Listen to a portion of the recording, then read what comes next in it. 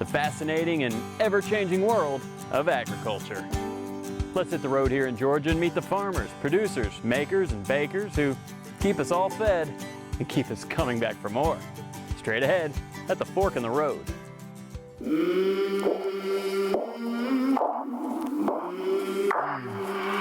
I came from the mud, there's dirt on my hands. Strong like a tree, there's roots where I stand. Georgia farmers, artisans, merchants, and producers, we depend on these men and women every day of our lives through the choices we make and the food we consume. Their strategy and approach is always shifting, but the end game remains the same: results.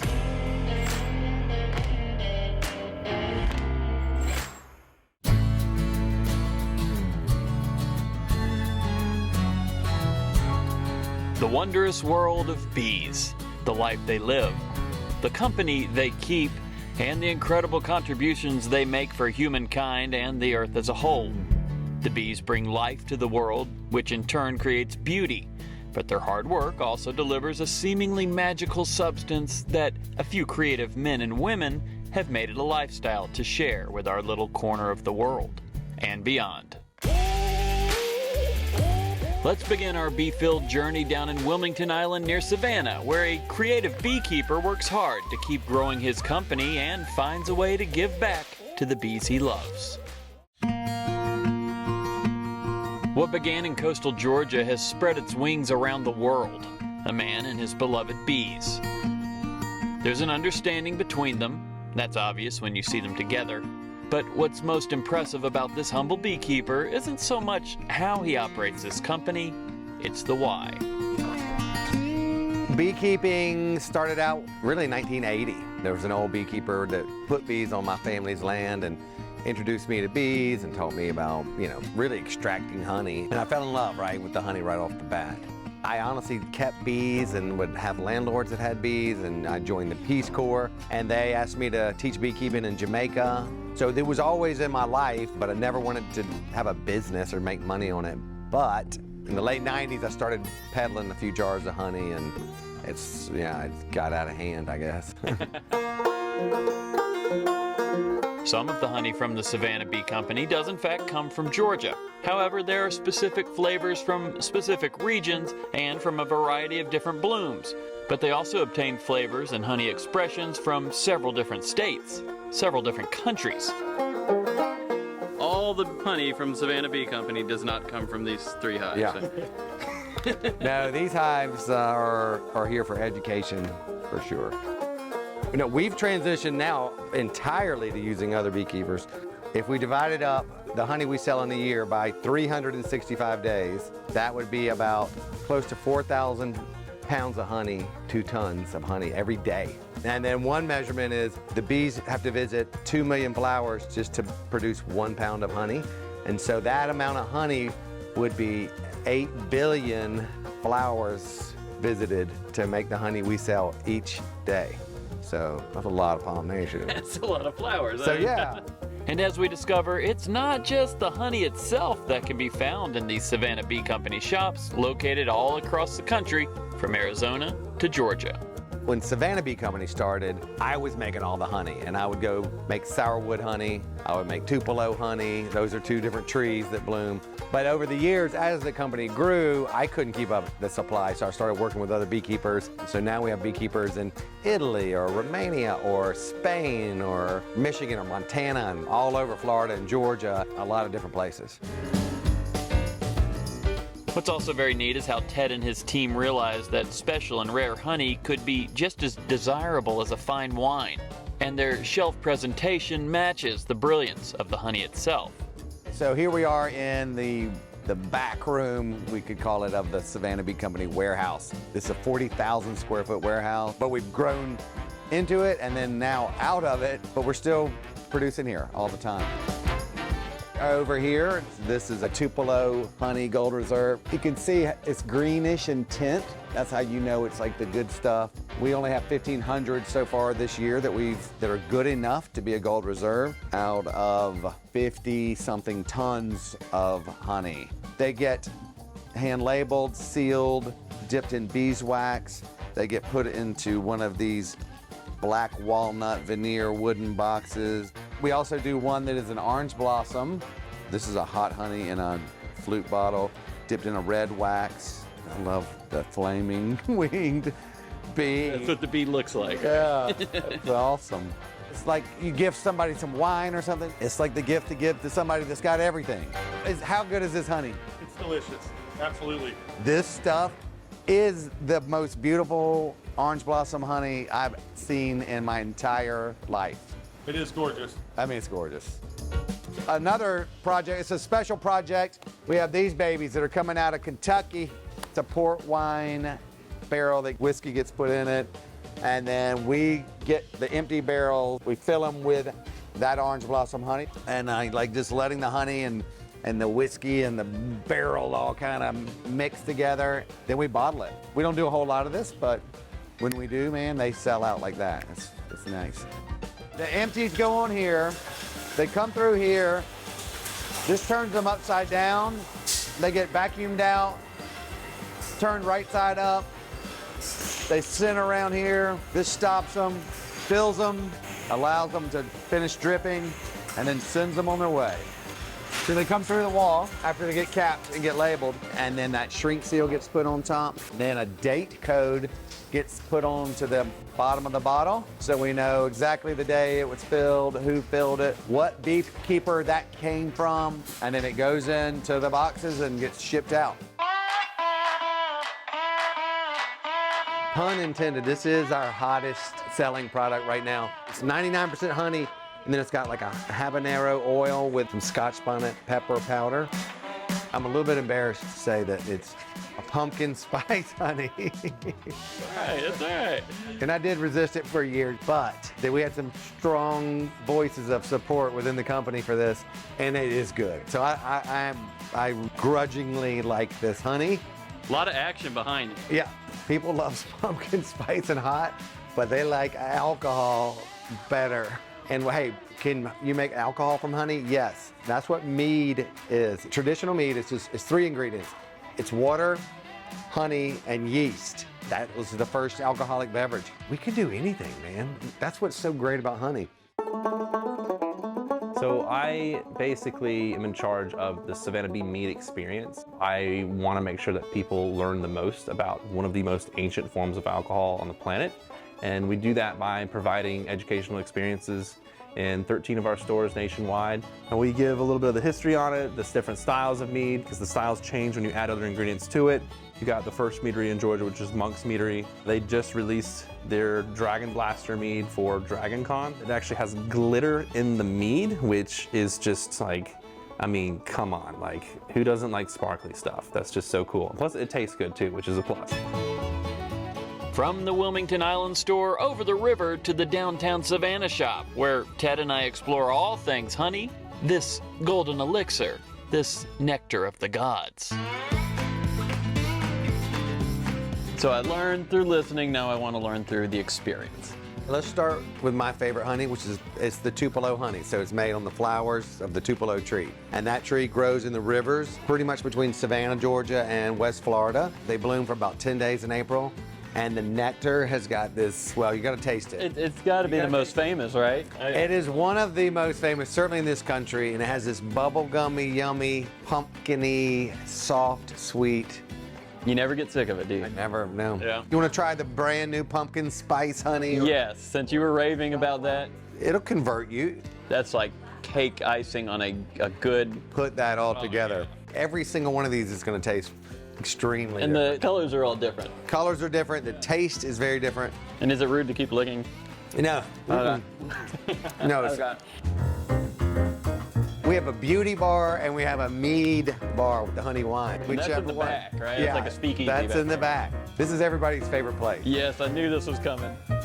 I know honey, like in the bottle, the older it gets, it starts to change in color and taste. And it's not necessarily better. Typically, honey is better the fresher it is.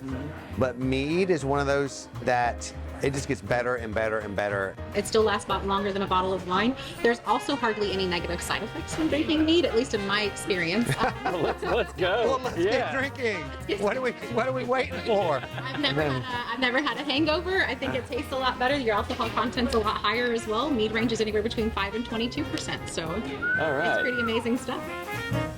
In order to be called mead, it has to have the primary fermenting sugar has to be honey. It has to be honey. Yes. So more than half the sugars that are fermenting have to be honey. And then you can add, like in the case of this, fruit.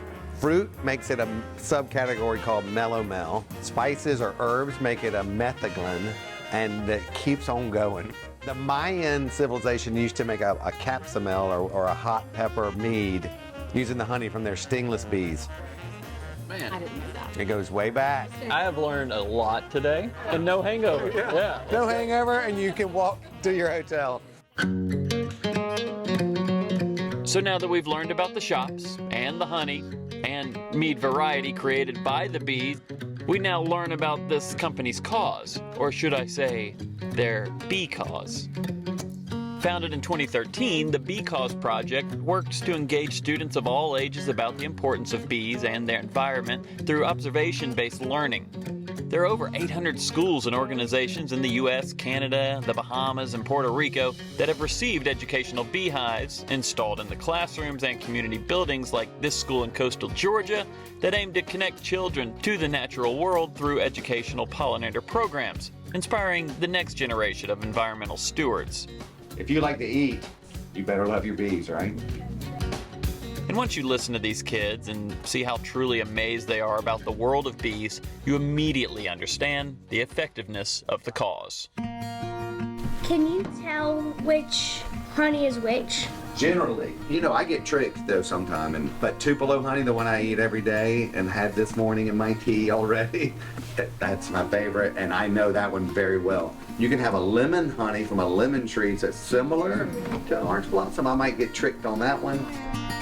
Ultimate goal is to have a world where bees don't need saving, but we're not there yet, and so we're raising awareness, which we think is the most meaningful and lasting way to make change. And so we're teaching students in different communities and using our stores, our retail stores, to teach them a little bit about bees and why they're so important. And once you learn about bees, you can't help but love them.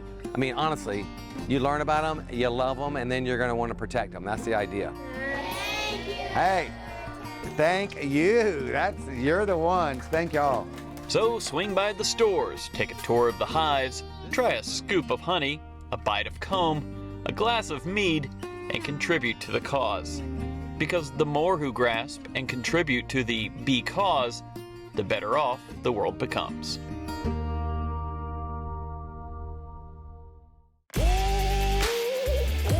From the coast, we traveled to the town of Comer in Madison County, Georgia, where a soldier of the sea uses honey to create several expressions of Georgia-born whiskey. It's a couple with a dream. Former Marine Mark Davis and his wife Jennifer Berry have taken this old building and turned it into a buzzing hive of good times and fine whiskey. But it's this couple and the combination of their life experiences that make this operation so unique. Soldier of the Sea. My mother will be watching this. She's 93 years old, and I started making wine in the 8th grade, much to her chagrin. She's still with us and laughs about that, but I cannot explain my interest in fermenting.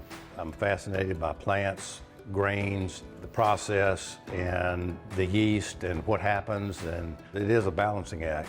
You can have the perfect anything and miss one step, and it's not what you want it to be. We're playing around with flavor profiles and spices and the effect the grains have and what percentages that they're in. It's fun. Everything Mark and his distilling team does is calculated to perfection. That's a character trait that is necessary in this field.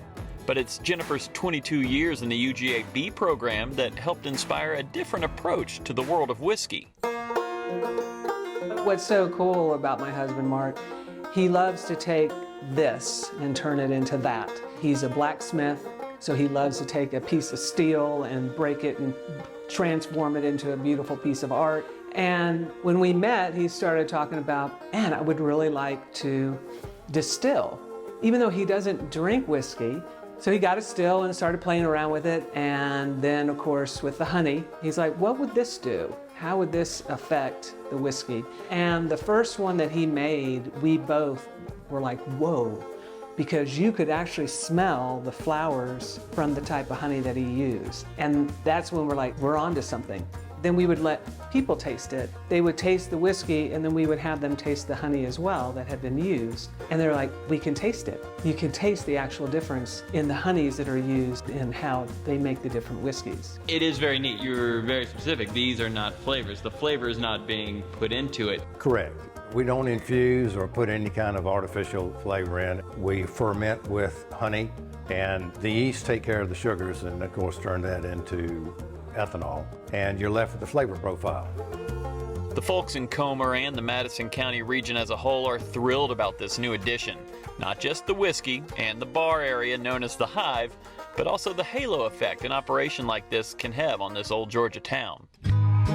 The farm-to-table markets developing both locally and statewide, so much so that we began the Madico Mead brand. On that list is, of course, historic downtown Comer, Georgia, with a lot of exciting projects and momentum. We're here today and very excited to talk about Soldier of the Sea Distillery. And what we really love about what they've done is they have partnered to use local honey and local grains that are Madico Mead and Georgia grown to create a product that not only is something delicious, but is something that will actually help people come and experience rural Georgia. So after exploring the town and the Hive itself, I was off to the tasting room to bring on the buzz in more ways than one. Now you have something special in this beaker. This is the white dog from the bourbon run. You smell it, taste it, but it's going to have the florals of the honey. Oh wow, that is different. Like that went down smooth. One of the About 90, 100 proof? It's 122. See, you feel it here. It's almost creamy. Mouthfeel, we call that. Mouthfeel, yep. That's fascinating. We had some friends that did, we did a little kind of improv tasting a few weeks ago, and they compared it to Captain Crunch. But it's not sweet. I had Captain Crunch this morning. That's why it's so familiar. You get that burst of the sweetness, but not on the taste, which is so unique about it. This is not a bourbon grain bill, but it's certainly a whiskey. It's got corn, wheat, barley in it. There's a difference. A little more traditional whiskey flavor in there. It's the oldest. No, we probably shouldn't say the total age on this one, because you mentioned People don't like their age revealed. I know, especially look at her. She's very thin and very, very. Tell me what you taste in it, Okay. especially the finish. That's my favorite. I'll tell you that. This is a winter one by the fire.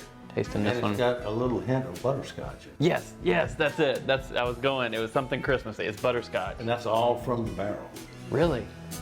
So let's salute this couple who serves the Soldier of the Sea, their excellent whiskey that's Madico Mead, and the community that has embraced this Comer creation.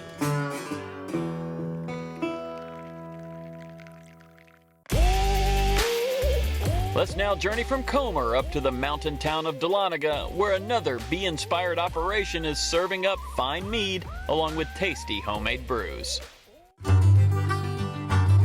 The golden town of Dahlonega is home to a classic downtown square, cute shops, and great restaurants, along with several award-winning wineries and breweries, many of which you'll actually find in one happening hotspot. Etowah comes from the river that starts in Dahlonega, Georgia. And Etowah is actually a Muskogee word, which means a place. And so growing up here in Dahlonega, it was a place of the Cherokee Nation. They had encampments here. prior to the Trail of Tears. My wife, Cherokee family as well, was part of that Trail of Tears movement. On my side, I was part of that movement as well, but not as prominent as my wife. So when I decided to start brewing beer initially and making mead, I was trying to come up with what should I call this place, and it always came back to me kind of a family thing about being Etowah, and Etowah means a place, and so maybe it's the place that we sort of want to have where we can create things. As of today, we're the first and only craft brewery and farm winery in the state of Georgia. Mead is indeed a honey-based wine and the oldest form of wine. Blair and his team have taken this ancient concoction and have put several different twists on it. And just as fun is what is happening in the exact same space. You see, this same destination is also home to Dahlonega Brewery, opening a whole new realm to the tasting experience I was about to engage in with my new friend Blair. It was so cool walking through there, seeing everything, seeing how the process works. It makes it so much more rewarding when you're drinking and trying it when you're at the place where it happens. Right. A lot of people are surprised. It's like, you make all this here? It's like, yeah, it's made just right there in our fermentation area. I guess they're used to going into a lot of bars or restaurants. None of the alcohol, at least, is made there, so it's kind of unique. Even if you go into some local breweries or wineries, especially brew pubs, it's always from somewhere else. So we always tell people, it's like, no, we want to make everything here because that's the way we can control quality, and we get to try different flavors. But I love it. I've had beer a lot. And I'm excited about trying yours because it sounds like there's some really unique flavors. I kind of want to start with the mead. You bet. I want a fresh palate going into this because I have not tried it as much, and I see bees everywhere. Yep. And now it comes here. So where do we start? So we're going to start with number 19, which is the one that's closest to you.